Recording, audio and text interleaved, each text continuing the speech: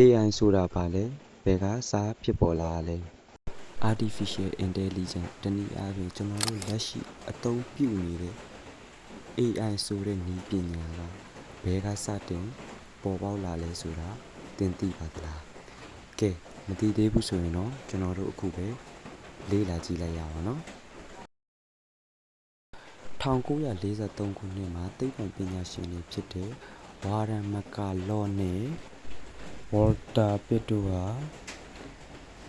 လူတွေရဲ့အုံနောက်ထဲမှာရှိတဲ့နျူယွန်တွေဘယ်လိုအလုပ်လုပ်လဲဆိုတာကိုလေ့လာခဲ့ကြပါတယ်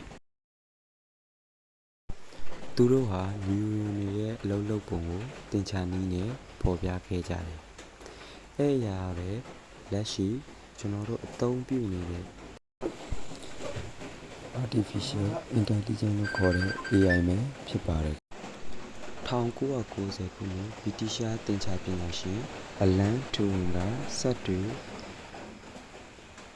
လူလိုစဉ်းစားနိုင်လားဆိုတဲ့မေးခွန်းကိုတင်ပြခဲ့ပြီးအဲ့ဒီအရာကိုစမ်းသပ်ဖို့တူရင်တက်စ်ကိုအဆိုပြုခဲ့တယ်အဲ့ဒီအဆိုပြုချက်ဟာ AI သုတေသနရဲ့ကြီးမားတဲ့ခြေလှမ်းတစ်ခုဖြစ်လာတယ်1956ခုနှစ်အမေရိကန်နိုင်ငံမှာရှိတဲ့ဒါမောက်ကောလိပ်မှာသိပ္ပံပညာရှင်တွေစုဝေးပြီး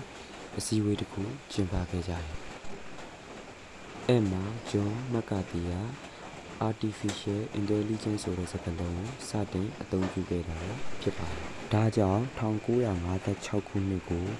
အများအားဖြင့် AI မွေးဖွားတဲ့နှစ်လို့သတ်မှတ်ကြပါတယ်။1980 1990 AI ဝင်တာ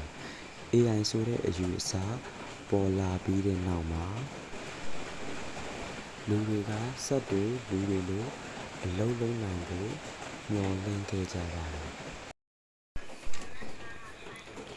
ဒါပေမဲ့အဲ့ဒီခေတ်ကွန်ပျူတာတွေက data တွေမလုံလောက်တာကြောင့်လူတွေမျှော်လင့်သလိုဖြစ်မလာခဲ့ပါဘူး